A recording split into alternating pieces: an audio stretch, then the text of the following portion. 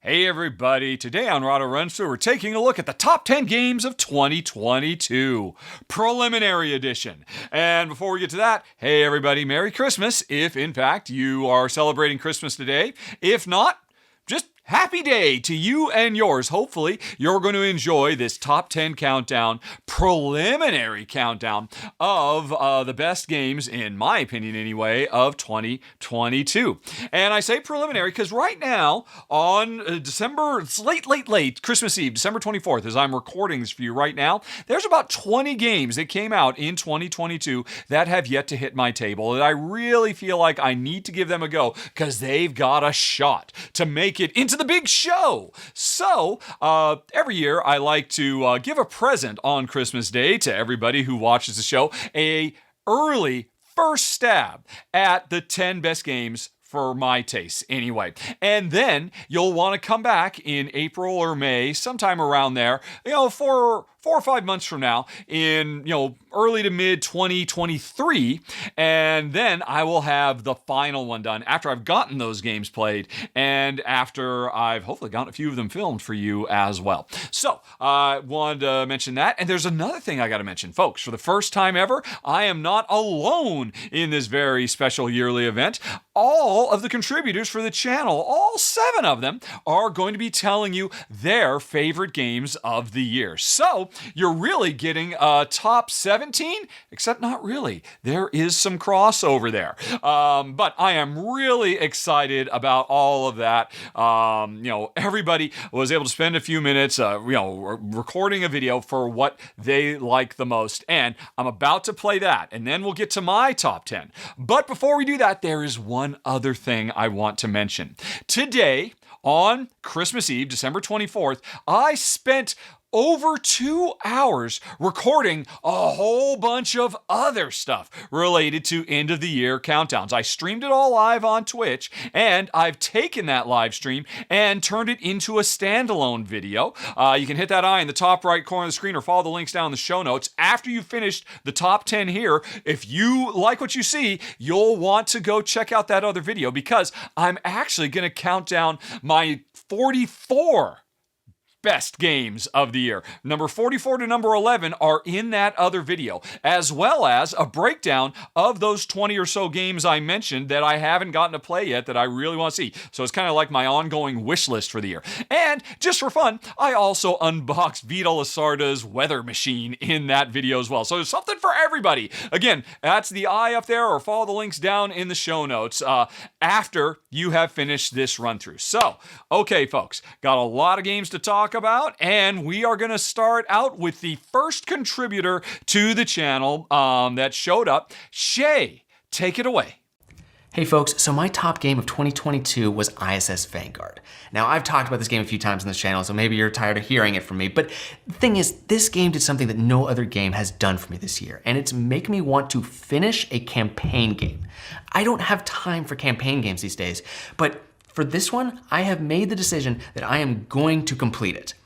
I'm not that far into the campaign yet, but I'm still committed. And sure, it may not be the most mechanically advanced game in the world. It's not the best game ever made or anything like that, but it has pulled me in such a way that I have to acknowledge that. And so that is my top game of 2022. All right, folks, see you later. Thank you, Shea. Now, here's an interesting thing about Shea's choice of ISS Vanguard. Originally, I was going to cover that game for the channel, and I got the prototype sent to me when it was crowdfunding. But the tricky thing is, Jen and I didn't like it at all. We were not fans. I'm like, oh dear, this is terrible. I made a terrible mistake. And I contacted Shea and said, hey, would you be interested in covering this? And he said, yeah, you bet I would. So I put it in the mail, got it to him, and it found a very, very happy home because, as you can see, he loves this game so much he will not stop talking about it. And of course, it was no surprise to me that it made it into his number 1 slot. So let's move on now and see what Ryan likes. Ahoy, Rahdo! It's Ryan from Knights Around a Table. You asked me what my favorite board game of 2022 was? Well, it's a multiplayer board game. It's app-assisted, takes place in sort of a fantasy universe that has fantastic minis, and you play sort of like a You're like a rogue, like a villain in the game. Oh, it's not this game. No, the game I'm talking about is Sea of Legends. Now, I got to be really careful because Guildhall Studios did hire me to make a how-to-play video for your channel, and I would hate the optics of, making people think that I'm lauding the game because I'm angling for an expansion from them, which I am. But I have to tell you, honestly, sincerely, it was the best game that I played all year, and it was a game that I got weirdly obsessed with. Maybe because I didn't have the expansions and I saw how much extra fun it looked like they added, or just maybe because the sculpts on those minis were so amazing. This is the game that made me paint all of my minis. I got all the minis from all of my board games and put them in the garage, and I did like a zenithal priming thing on them, and I finally took that plunge, and that was the game that did it for me. That was the game that pushed me over the edge. So I love it, and they're opening the Pledge Manager for the second expansion coming up soon, so look for that in January. Super thrilled about it. Sea of Legends, please do check it out. Oh, Ryan, salty as ever. Appropriate as a salty sea dog. Interesting thing about Sea of Legends is, I think that is the game that has been covered by more individuals on my channel than anyone else. Shea covered it originally, Ryan did a how to play for it, and Kimberly did a run through for the recent expansion as well. And when Shea covered it, he wasn't alone. His roommate Nick showed up. So there's a lot of love for Sea of Legends out there. Not really my cup of tea, but that's okay, because I can certainly see why it's so appealing. Okay, now let's move on to my partner in crime in the R&R show, Ruel. What do you like? Hi friends, Ruel here to talk about my favorite game of 2022. Now this was another fantastic year for games, but one of them for me stood out head and shoulders above the rest, and that was Ready Set Bet by John DeClaire and AEG. Now this is one of my favorite combinations of publisher and designer. They've done stuff like Mystic Veil, Space, Cubitos, Dead Reckoning. So anytime I see these two names together, I know I'm in for a treat. And Ready Set Bet was awesome. It is a party game. Now here's the thing, a party game for gamers. So it's a real-time betting game. It's just like being at a day at the racetrack. You're betting on the horses and you're trying to win the most money. But each round progressively adds in things for gamers, such as different abilities, different types of betting, all kinds of good stuff, and that's what really keeps it fresh in my book. It's so unique, and it plays from 2 to 9 players, and it gets better the more players you add in. I mean, I played it with low player count, a higher player count. I definitely prefer higher player counts because it gets really raucous, and to me, that's a sign of a good game night game, is something where people are shouting and having such a good time. In fact, every single game I've played Ready, Set, Bet this year has always become a big, loud occasion. And I love that. I think it's so exciting. And that's why it's been my favorite game of 2022, Ready, Set, Bet. Yeah, I am not surprised by that at all. Ruel has been such a mega fan of that game ever since he got to play it the first time, and he has talked about it several times on the R&R show. Now, I gotta say, that is definitely one I would love to get my hands on and try someday. Can't imagine it's gonna work very well as a 2-player game. Definitely more of a raucous party atmosphere kind of thing. And yeah, it seems really, really cool. Okay, now let's move along and see what Kimberly's favorite game was. Kimberly here, and I am super excited to share with you my top pick for 2022. This was my favorite board game of all the games that I played, but to give you just a little bit of a preview and maybe some guessing time, I'm going to recreate the cover. Now imagine that I have a beautiful white wig.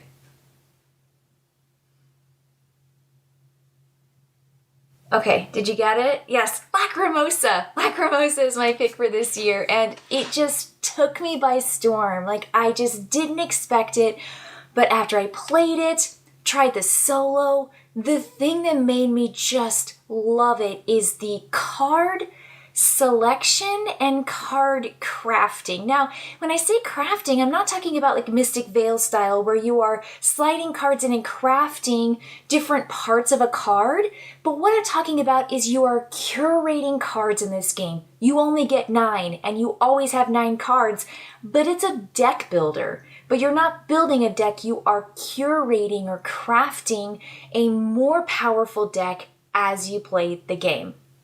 So players have these 9 cards, and what you do in your player board is slide 1 card on the top that shows the top part that you're activating as your action for the turn.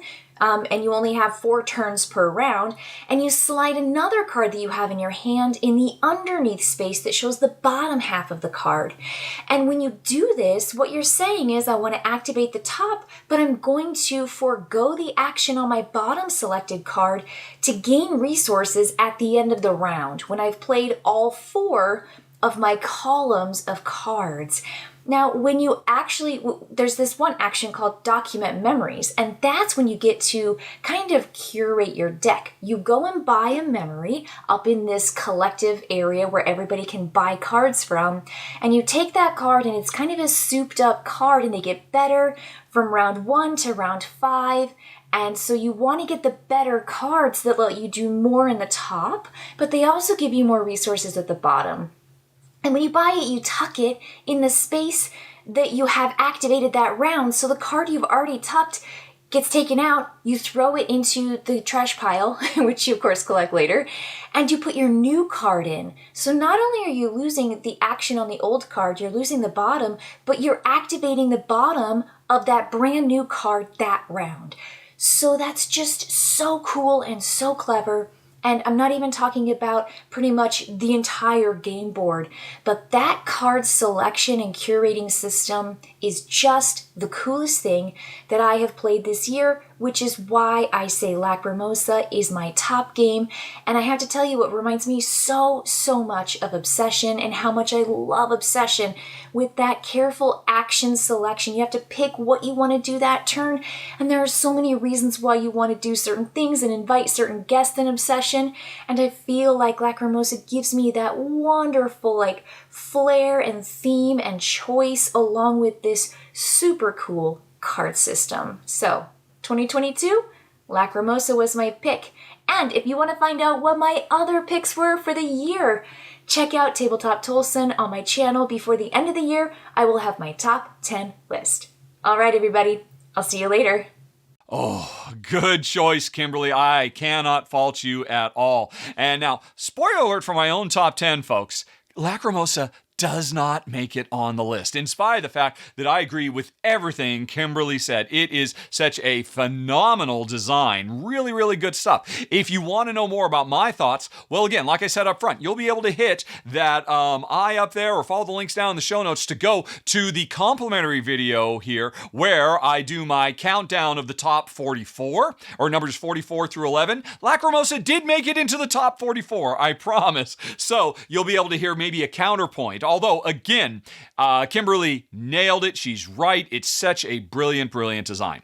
All right, next up, we've got a double feature from Amy and Maggie. What do you two like? G'day everybody, it's Amy and Maggie from Thinkathema, and we're super excited to be part of this Best of 2022 video. The wrap up for the year. The wrap up for the year. We played so many games this year, and what a year it was. It was quite a number of pretty solid games. Yeah. Great games. Our top 10 of the year were very different, and our number ones were different this year. So why don't you start with yours, Maggie? So my one is a bit of a tricky one to crane over. Don't break yourself. I know, I need to be safe with my lifting technique. And that is Wonderland's War. This massive game. Obviously, this is the Kickstarter edition with all the deluxe bits, and so that's why it's so massive and heavy as well. I absolutely love this game. It is an epic game, both in terms of the mostly just in terms of the length that it takes to play through. But I just love how, even though it's a push your luck bag builder, you have this beautiful world of wonders, Alice in Wonderland, and all of these different. You go through the Mad Hatter's Tea Party to kind of set yourself up for different battles. I'm not really big into battle, but I don't mind because I just worry about the quests. There's all these different quests that you can go on, and that's all I really worry about, because then it's like I place myself in different areas, and I want to make sure that I end those battles in very specific conditions, and it just delights me to no end. This is a game where I always go in way too aggressively. I'm always trying to push my luck a little bit more, just pull one more chip out of my bag, and I always always push my luck too far and always lose the game, because while I'm busy fighting all these battles, Maggie is just working on her individual quests. Endless quests, collecting, going on all sorts of different adventures, making sure that I meet all sorts of different conditions, and I absolutely love it. Beautiful production as well. I love the artwork, love the whole setting. So yeah, Wonderland's War is my number one pick. Excellent game. It's also my top 10 for this year. But my number one is a game called Terracotta Army, and this game took me a little bit by surprise. I wasn't expecting to love it as much as I did, but this game has a central action selection wheel that really I just enjoy so much, because it is so tight to try and do what you want, because this wheel has 3 layers, and if you want on your turn, you're placing workers out to activate one of the little segments of the wheel, a middle action, an inner middle, action, and bottom. top, middle, and bottom action. Yeah. But you have the opportunity to pay $2 if you like to move one of the wheels either clockwise or anti-clockwise, depending on which wheel, which means you can kind of change your fate, but most of the time you're just hoping that someone doesn't take your worker placement spot. And I love worker placement. And then on top of that, there's this highly interactive part where all the warriors are coming to life. There's this puzzle, the mausoleum, where it's a game of area control, area majority, and I love that as a mechanic. So it's combining 2 of my favorite mechanics, and then there's this extra layer of the specialists, and then also you can train with these different masters to give you different skills.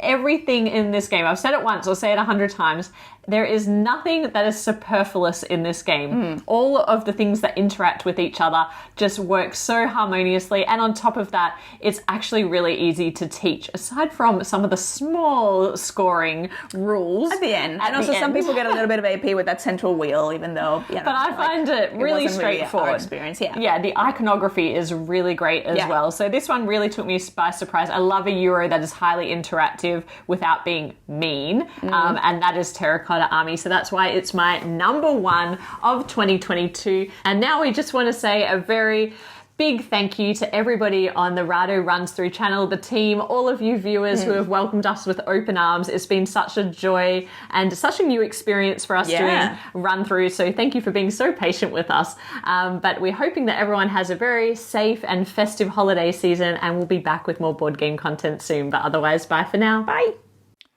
Okay, Amy, we're going to have to agree to disagree on that one, because in my experience, Terracotta Army can be a bit of a knife fight as players are competing to get the best spots in that Terracotta Army vault, or more importantly, cutting each other off. Maybe at a higher player count, it's maybe not quite so intense, but in a 2-player game, your best move is always going to be, hey, what statue do I want, and where can I put it to mess up your plan? So, it didn't work for me in Gen, but still a brilliant design. Oh, I would love to see that resource wheel or action selection wheel put into a different game. And Wonderland's War, I gotta say, when Amy and Maggie first did the run through of that for the channel, they almost convinced me that I made a mistake not checking that game out myself, even if it is all about direct conflict and warfare in an Alice in Wonderland type world. But anyway, they love it, and I think those are good choices. Now let's move on and see what Grant has to say. Hey, I'm Grant with Grant's Game Rex. Happy holidays, everybody. My number one game of the year was Wonderland's War. Oh, it's just so much fun. I love a game that mixes real strategy and choices with just some exciting unknown moments. You know, I don't want to play just a dry Euro game where everything is laid out before me. I want there to be strategy, but then I want there to just be something where you're like, I hope this works out. That to me just adds so much excitement to the experience. And Wonderland's War does that really well. There's a lot of strategy in the worker placement aspect of the game, in the area control aspect of the game. You are getting chips, tokens to add to your bag, and so you're definitely building a bag. There's a lot of strategy in how you build your bag, but there's still just that reach into the bag, let's see what I get. You know, there's so much tension in that moment in the game. You know, you're like, somebody's beating you in a battle for area control, and you're like, if I get this one chip right now, it's over for you, sucker.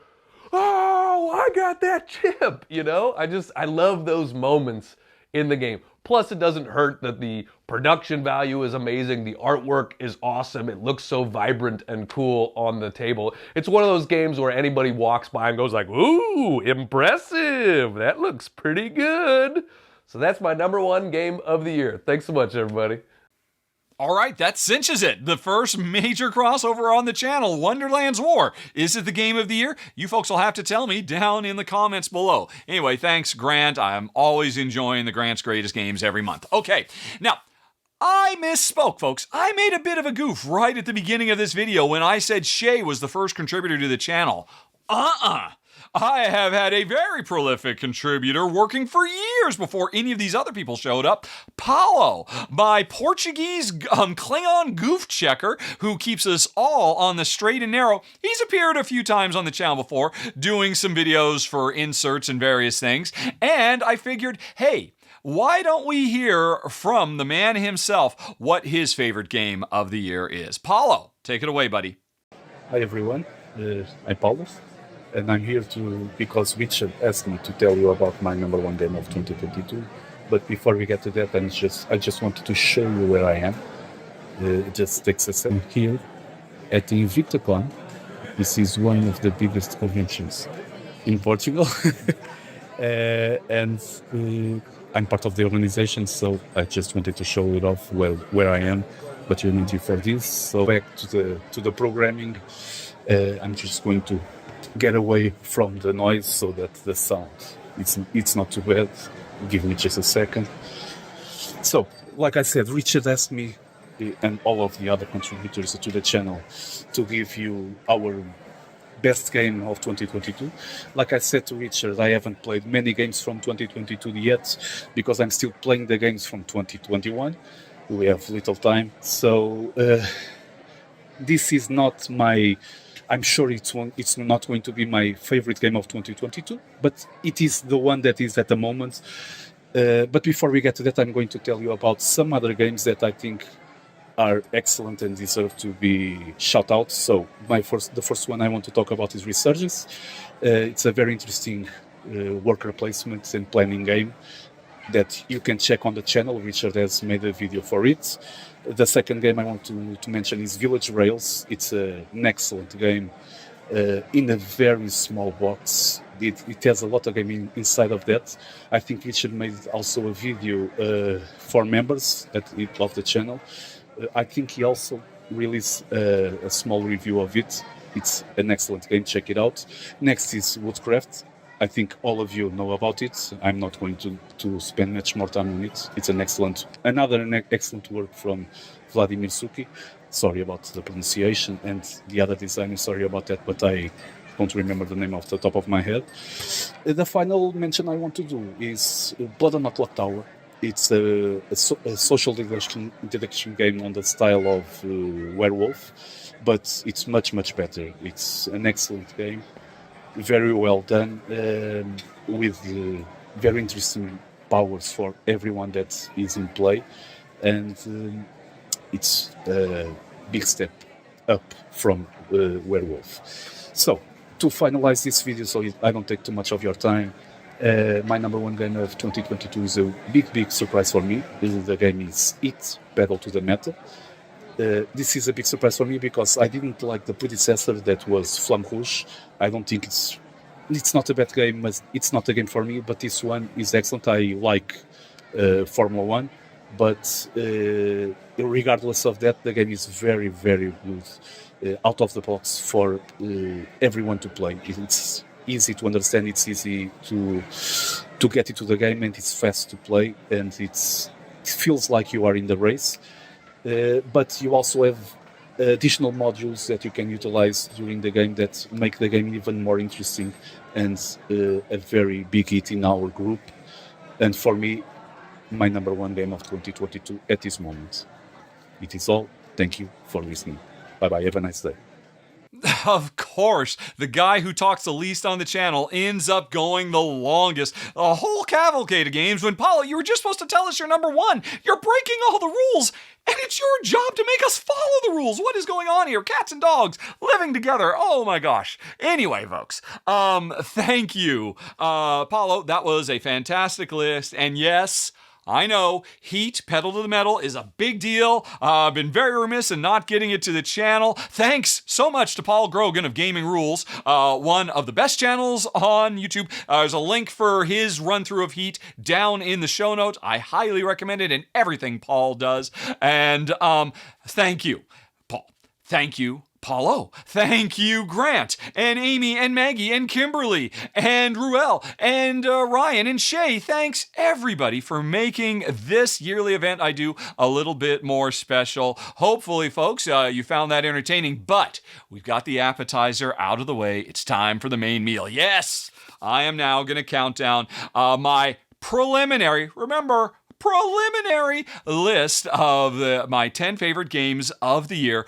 Oh, and one last thing before we get going, a very important caveat I forgot to mention earlier. You are not going to see any games on this list that are basically 2.0 or inspired by or spin-off type games. I want this list to be about nothing but new game experiences, which is why, in case you're wondering, Frosthaven doesn't make the list, because it really is a Gloomhaven 2.0. The Steffenfeld alternate city games that came out this year, they all seem very cool. I haven't tried most of them yet. I'm excited to, but even if I had played them, they wouldn't make the list because, hey, Amsterdam is really just Macau, etc., etc. So, that's it, folks. No more provisos. We are ready for the list to get going right now, starting with number 10 on the list, Carnegie. Oh my goodness. I see what everybody has been talking about. People have been raving about this all year. And in fact, it's interesting.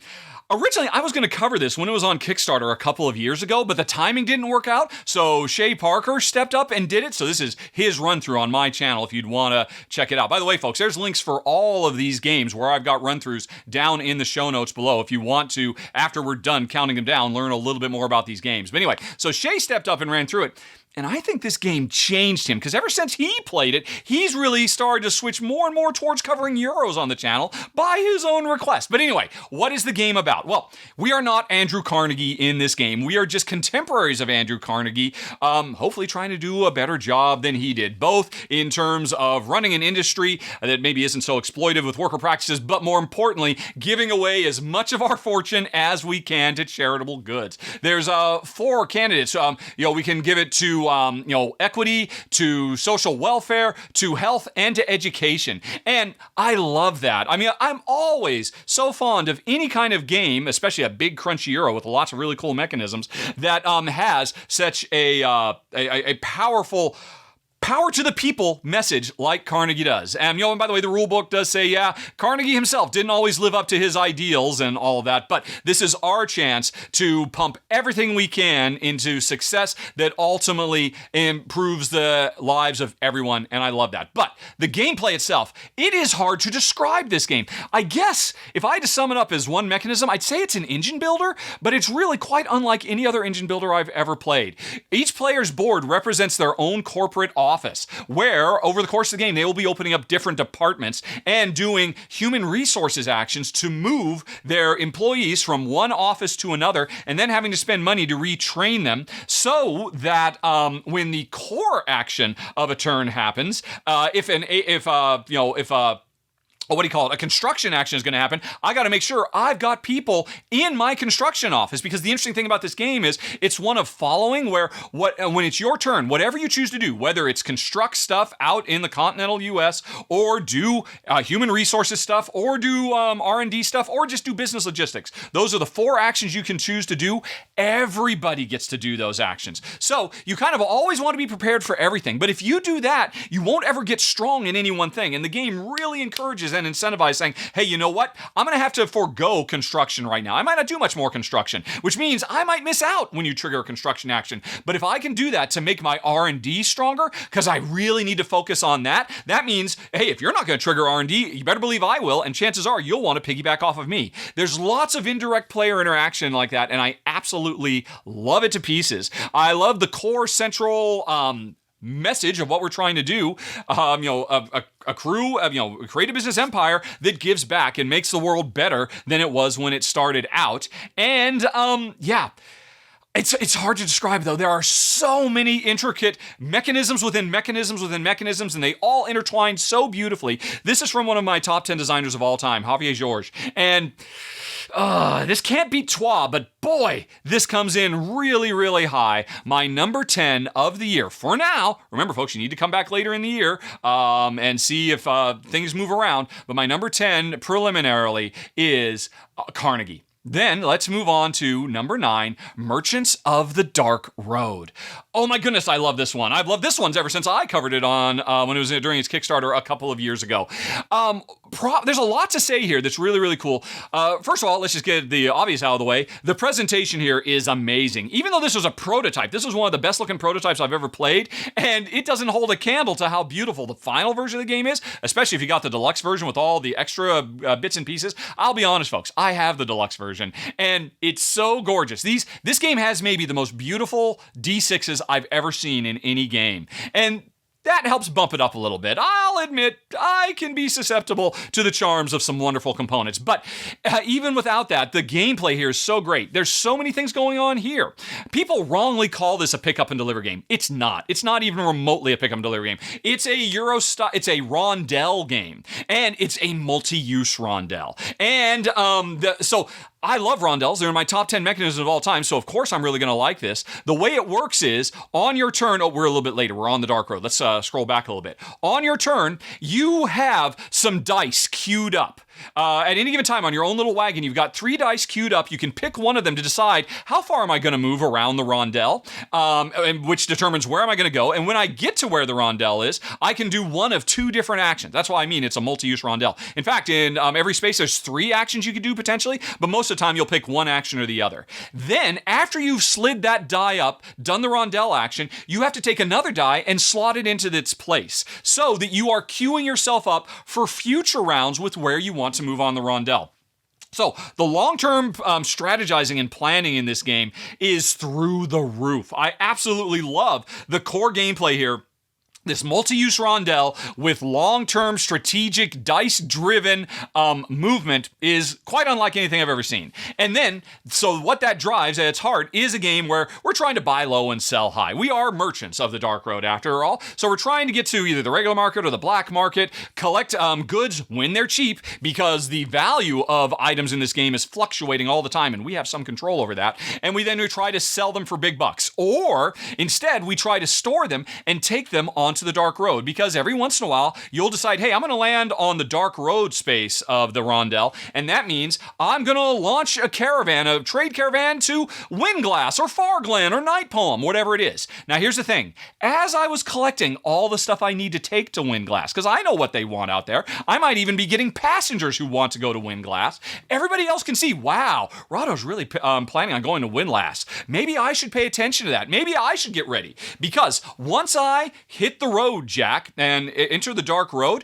everybody else at the table says, I'll join you or I won't. And if they do, that means even though it's my turn, they're getting the chance to deliver their goods where they need to go and make points. And I love that. That kind of indirect stuff. I mean, I'm sorry, I'm not going to go with you, because here's the thing. The road is dangerous. They call it the Dark Road for a reason, because we could run afoul of stuff. And so if you do decide to come with me, well, depending on whether I want to take the easy road or the hard road, that means either you face the dangers first, and hopefully I don't get hit so bad, or I face the dangers first. If you face the dangers first, you have a better shot of not getting hit. If you face the dangers last, you're probably going to get hit more often. So there's a really interesting, push and pull there with the tension of what's actually going to happen when we go out on the road with these cool little story vignettes of things we run into, bandits or traders or lost orphans in the woods, Do we help them? All kinds of fun little stuff. But eventually you get where you're going, you make your deliveries, and then you go back to the rondel. And now the other thing I love about this game that elevates it above all else is the sweet, sweet Knizia-ness of it. Because, throughout the game, you are trying to make money, but you're also trying to make reputation. And at the end of the game, whichever one you did more poorly in is your final points. So you are having to balance everything in this game. There is so much going on. It is so gobsmackingly gorgeous. And it's got to be one of the coolest rondels I have ever seen. And then it has a whole bunch of other cool chrome stuff. There are too many things to talk about. The familiars you get, Jen absolutely loves them because it's kind of a fantasy world, so you can get giant bumblebees who will help you on your trips and stuff like that. Love everything about this, which is why it comes in at number 9 on the list, Merchants of the Dark Road. And hey, folks, by the way, if you are watching this episode before the end of 2022, and if I have caught your interest in this game at all, you might want to go check out Elf Creek Games' website, because if you order anything on the publisher Elf Creek Games before the end of the year and during checkout, use the checkout code RAHDO, R-A-H-D-O, you can get 10% off anything in their online store. Now, that's total coincidence. I have been so stoked for this for so long, finally got a copy of it, finally got to the table, and I was reminded of how much I love it from all those years ago. Number 9 on the list, Merchants of the Dark Road. And now let's go on to number 8, The Shapers of Gaia. And now, first of all, a huge shout out to John Gets Games. He does a wonderful YouTube board game media channel where he does playthroughs like mine. He does how to plays. He does all kinds of stuff. And because I have not done any kind of video for Shapers of Gaia, but John had, I hope John doesn't mind if I use his video. There's a link for his video if you want to see how Shapers of Gaia plays down in the show notes below. But what is this game? Well, it's a far-flung post-apocalyptic future, and we have come out of our vault and we're trying to repopulate the planet, rebuild the biomes with the help of a big, smart robot and that we share control over, and reintroduce species, scavengers, herbivores, and carnivores to the surface. So, the subject matter is fun, and the presentation is great. The representation of the player characters is really wonderful, too. But what really makes this game jump out is this has got to be one of the best engine building games I've played in a long time. In fact, I would say this is my number 1 engine builder of the year. It's so good. Because everything I just described is the core of what we're doing. We are moving our own avatar around, and sometimes the communal robot to go to a spot to say, hey, I'm going to put rabbits, or I'm going to put saber-toothed tigers, or whatever type of creature it is in this zone. The important thing is, after you do that, you take the card that represents that particular animal and you put it over, let's see if John's going to do this. You put it over to the right of your board. There's a spot I think where he's going to do it. You take the animal and come on, John, do it. There you go. And you put it over to the right of your board. And the more animals you repopulate, the bigger your collections of cards to the right of your board goes. And after you put a card in your first, second, or third slot of your board, you activate that card and all other cards. And that's where the engine building comes in. Because, the different territories, the terrain types, whether it's mushroom forests or, there's mushroom forest and deep forest and, what was like a cavey type place, if I recall correctly. Anyway,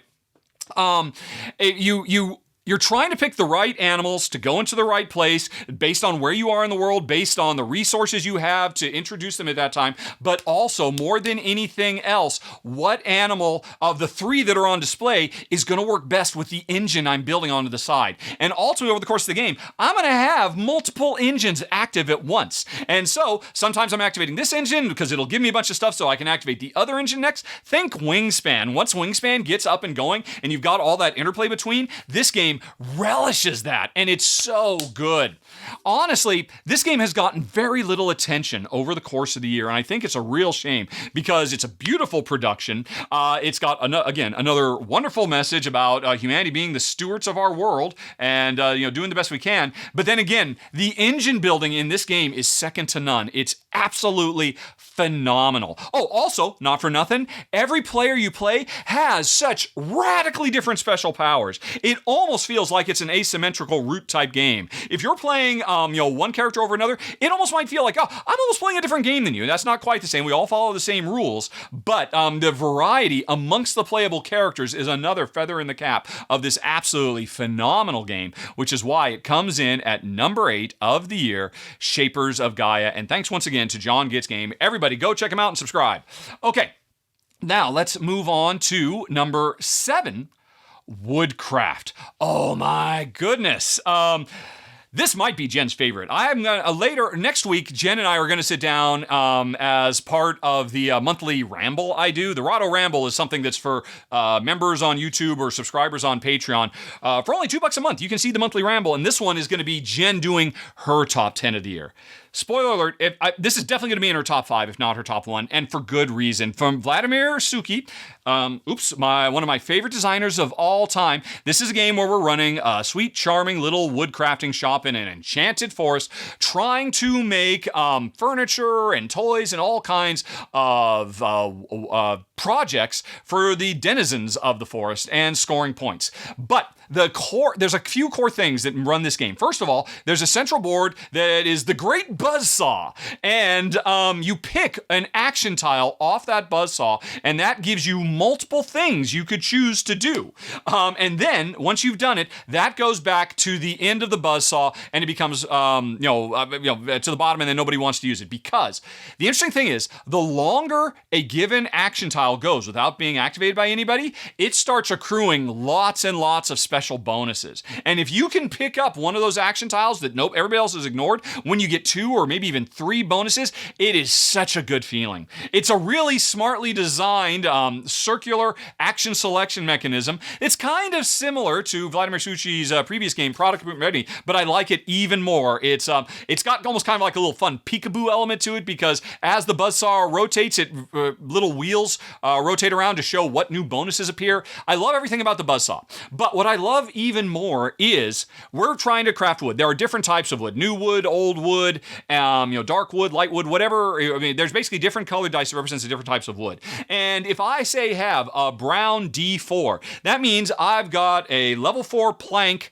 or I've got a big size 4 plank of brown wood. But I need a size 3 and a size 1 for this particular armoire that I'm building. Well, one of the things you can do is you can use your own personal buzzsaws to saw that die in half and turn that D4 into 2 dice, a D3 and a D1, or a D2 and a D2. And I love this. And also, if you get enough glue, you can actually glue your dice together and splice them to turn a 3 and a 2 into a 5. And if you mix the type of woods when you do it, you make a stronger version of wood that is more valuable. I love the resource management in this game. It's so cool. I love the action selection mechanism in this game. It's so cool. I love the huge amount of variety you get from all your woodshop assistants that you can hire and the different jobs you take. I love the fact that these jobs can take a long time, and if you take too long, your customers start getting mad and they say, "Oh, I'm not going to pay you as much because you're late in delivery."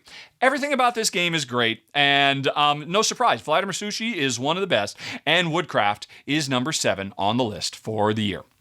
Okay, then let's go on to number 6, Free Radicals. And I gotta say, folks, when I sat down to do this, if you had told me a month ago, yeah, you know what, WizKids Games is gonna have 2 of your top 10 of the year, I don't know that's how it worked out, but it is. And I've been talking about this game all year, ever since Jen and I played it back in January, and I played it a bunch because this is a game that is literally 10 games in one. Every time you sit down to play in this far positive cyberpunk future where mankind has gotten their act together and everybody works together for the betterment of society, hey, you may have already heard, that's a subject matter I like to see in games. Even if we're competing, we're all working towards a greater good. Love that. More of that. Less cutthroatedness. Let's, destroy our opposition. More, hey, well, let's just see if we can be the best. But maybe a rising tide floats all boats. That is certainly what goes on in Free Cycle. But the interesting thing is, every time you play, you are going to pick one of 10 games. You could play the Moncala game,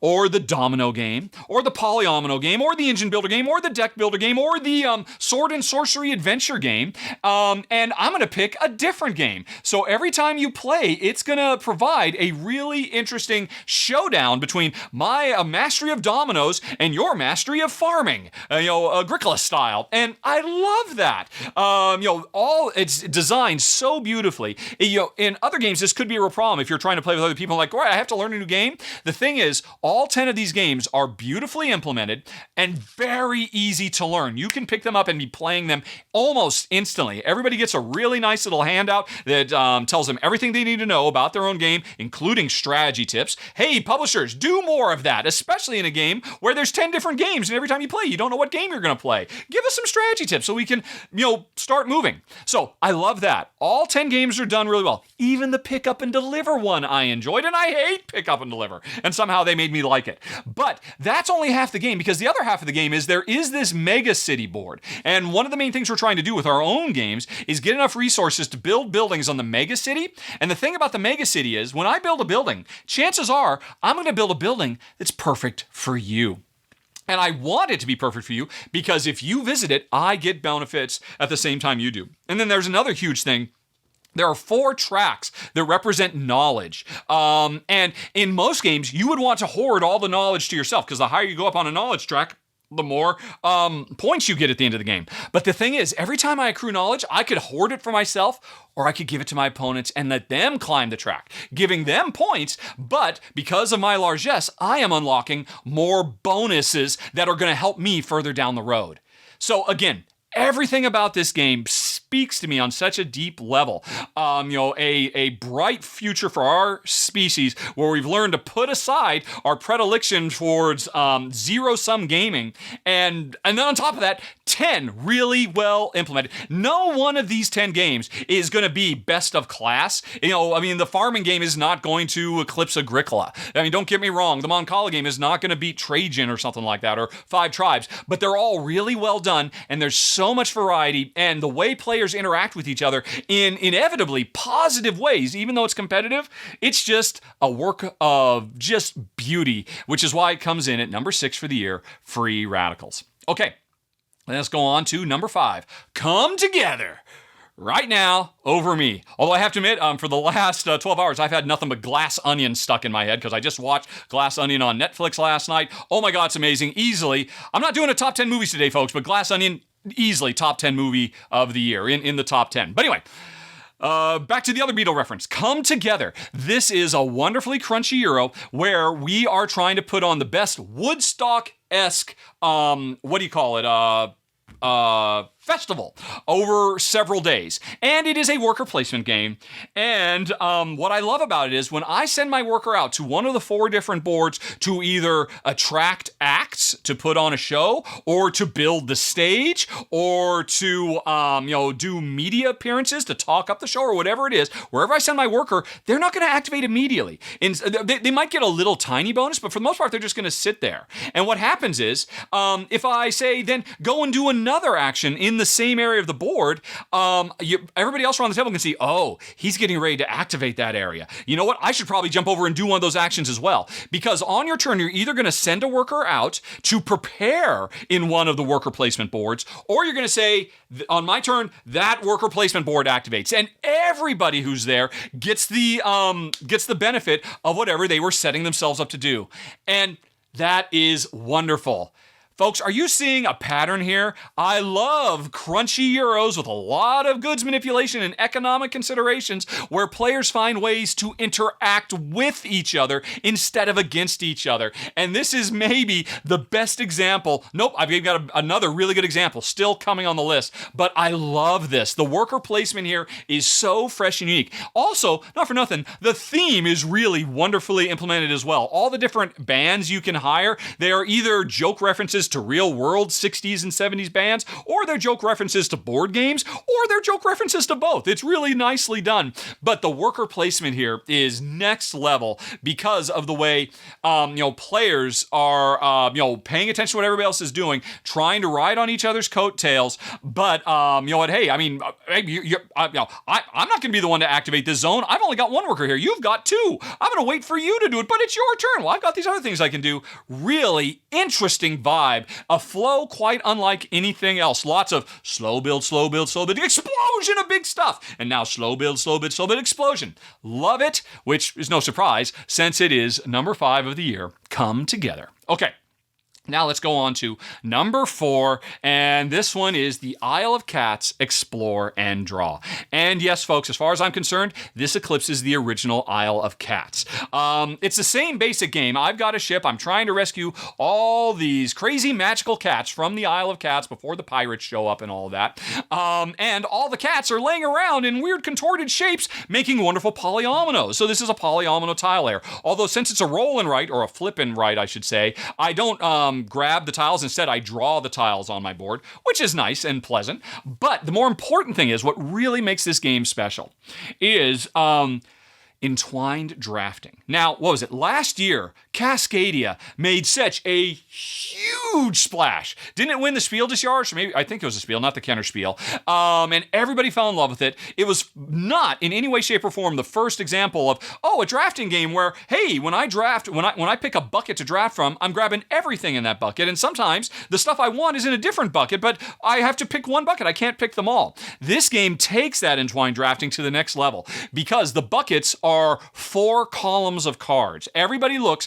at this 3x4 grid of cards that are drawn randomly, that are full of cats we're trying to rescue, special powers we can unlock, in-game scoring bonus things we could do, and everybody's got to pick one column and say, okay, I'm going to take that cat, and that end-of-game bonus. And you might choose the same one, or you might choose a different one. But it's so interesting. It's so satisfying, especially when, hey, that column has everything I want. I want all 3 of those things, but that's pretty rare. Most of the time, there's really one thing in that column that you want desperately. Another thing you're like, oh, yeah, that's kind of nice. And a third thing you're like, I don't know what I'm going to do with that. But it's your choice. You pick the column. And this is the best entwined drafting I have seen. And we've been seeing it on more and more games, but I absolutely love it. I love the tactile nature of the roll and write element as well. And I love the cute, adorable cats, just like, Isle of Cats too.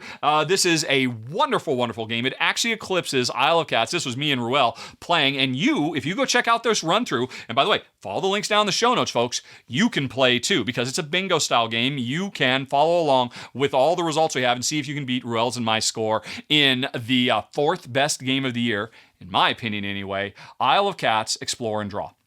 Okay, now let's talk about number 3, Revive. Folks, we are not done with the future. We are going back to the future yet again, much like Shapers of Gaia, for another post-apocalypse. We are emerging from our caves and trying to rebuild the world and do a better job our second time around, Humanity 2.0.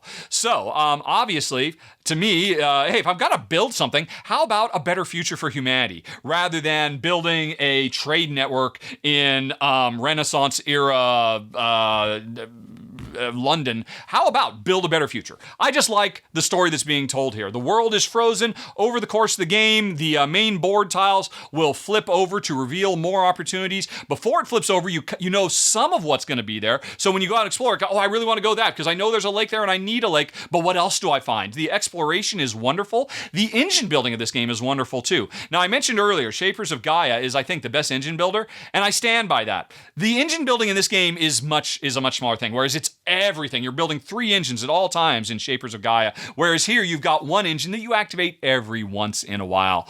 So really, the core of what makes Revive so great is it is a multi-use card hand management game, because on your turn, you're going to take a card from your hand, and all your cards have actions on the top and the bottom of the card. And when you play a card, you are going to slip it in very satisfactorily into a little slot at the top of your board and activate the top effect, or at the bottom of your board and activate the bottom effect. And that just, it feels good. The production on this game is very, very nice, so it's very satisfying just to slot things in, and they fit perfectly, and you can see exactly what's there.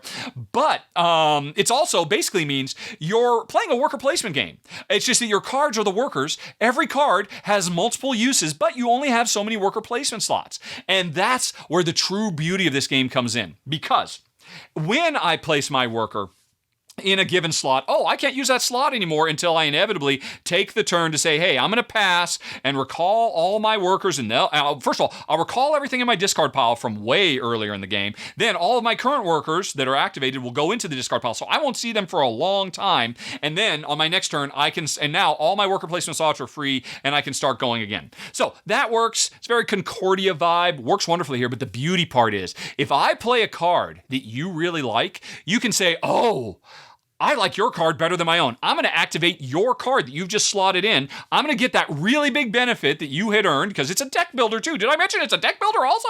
Oh my goodness. I'm going to use that really cool card. And I'm like, please do. Because what happens is that card immediately comes out of the slot, goes into my discard pile, which means I'll get that card back much sooner. And you've given me another worker placement spot of my own. I love it. Again, another beautiful representation of how board game design these days doesn't have to be about me stealing your stuff or me knocking down your sandcastle. Board game design, cutting edge, really interesting interaction is all about finding ways for players to create opportunities for each other and to have mutual benefits off of moves. I love it. This is one of several games I've mentioned that this is par for the course, and I think this is probably the best example of it of the year, which is why it comes in at number 3. And I know a lot of other people rate this game very, very highly too. This one's making a lot of top 10 of the year lists. My number 3, Revive. Oh, good stuff. But even better, number 2 is the Guild of Merchant Explorers. And I'll be honest, folks, for a long time, I thought this was going to be my number 1 game of the year, which is really surprising because this is such a simple, light game. This is almost a gateway game. It's certainly a gateway plus. It's from AEG, which is interesting because that's the same publisher that brought us Tiny Towns, and this has about the same level of depth and complexity of Tiny Towns. What is going on? Each of us runs a guild of merchant explorers, and we have been commissioned by the royalty of the land to go out because we've lost touch with all the other cities. So the king and queen want us to run around and explore and create new trade routes and explore mysterious caves and towers and all kinds of fun, wonderful stuff. So the subject matter is great. This is a game 100% of exploration, but then also exploitation, because the interesting thing is, on your turn, a card, this is a bingo style game, a card is going to be drawn that tells everybody, hey, you can explore 3 spaces in the ocean, or you can explore 2 spaces in the mountains, or you can explore 3 spaces in forests, but they have to be unique forests, or whatever it might be. And then everybody does that. And you do that by putting your little cubes that represent your explorers out on the board, and you're trying to get them to spread out hither and yon all around the board, trying to get to more stuff. But what will eventually happen is the deck of cards that is giving all us our marching orders in sync, everybody gets to say, oh, well, we get to do this turn, this turn. Eventually that deck runs out, and then that means at that point, all of our explorers come home, and we reset the board, and we have to start exploring again. And this expansion, contraction is so cool and so interesting because you are so desperate, because if you can reach certain areas in your expansion before you have to contract when the king calls everybody back when the deck is empty, that means you can keep some of your cubes on the board, and that means in future turns you can expand from multiple locations, and that is a big part of the design of this game. And it's really cool and incredibly satisfying and fun to play. But that's only half of it. That's the exploring the board. And by the way, did I mention the game comes with 4 different landscapes, all of which have their own unique rules, so you get a lot of variety from game to game? That's all awesome.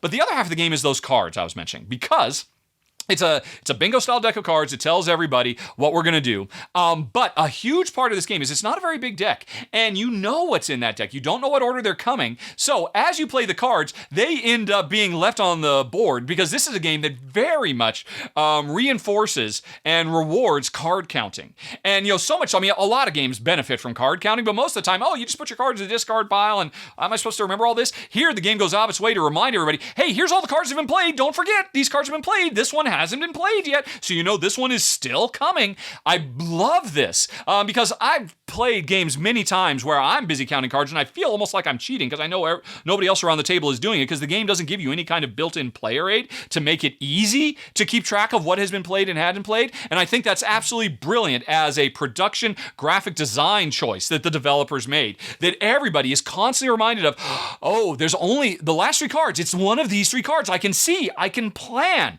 I love that. that. Now, Jen and I would be doing it anyway, but I love a game that makes it easy to do it so we don't have to rely so much on memory. Yes! But the most important thing about this game is some of the cards that get played, they don't tell you, hey, build in the plains or build in the or explore in the oceans or whatever. They just say the Roman numeral 1, 2, or 3. Because over the course of the game, players are going to get their own special powers. And when Roman numeral 1 card comes out, that means I activate my power that is radically different from your power. But the thing is, all of these powers are mega powerful.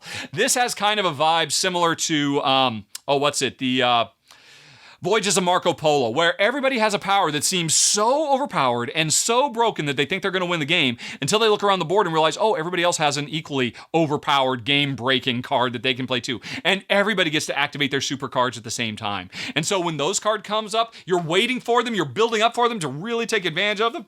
Everything about this game is just about near perfection. Simple game, easy to teach, hugely replayable. I've heard some people complain that, the name is not very inspiring. I don't know, it says what it says on the tin. We're Guilds of Merchant Explorers. That speaks to me. That means, I'm going to explore. I'm excited. I don't know why people think that's a boring title. I mean, I'm going to explore, yay. Some people don't like the look of the game because it's very slightly colored parchment map, but to me that just feels appropriate to the world we're in. We are explorers. We're looking at a map. We're exploring. It looks nice. I don't know. I don't get why some people are down on it because to me, no surprise, it's the second best game of the year, the Guild of Merchant Explorers. But it's not the best, folks. The number one game has to be Planet Unknown.